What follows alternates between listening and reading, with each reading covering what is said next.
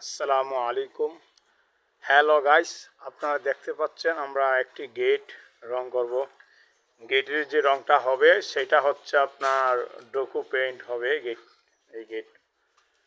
এই গেটে এখন ঘষাঘষি করতেছেন তুহিন।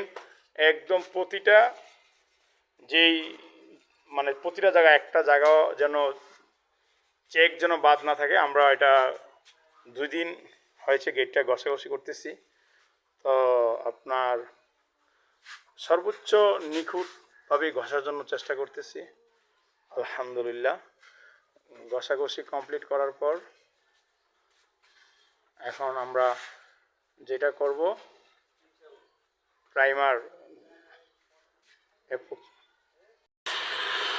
আপনারা দেখতে পাচ্ছেন হাতে ঘষাঘষি করা হয়েছে, মেশিন দিয়েও আমরা ঘষাঘষি করতেছি। মেশিন দিয়ে ঘষাটা দিলে অনেক নিখুঁত হয়। হ্যাঁ, সুতরাং আমরা এটা আমেরিকান প্রবাসী ভাইয়ের একটি বাড়ির মালিক হচ্ছেন মোহাম্মদ সালাউদ্দিন ভাই, রয়্যাল ভাই।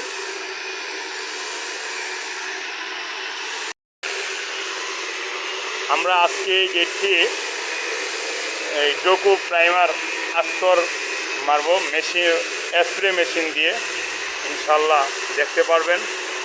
সর্বপ্রথম আমরা গেটটি ভালো করে ঘষে নিয়েছি এবং নিখুঁতভাবে ঘষেছি।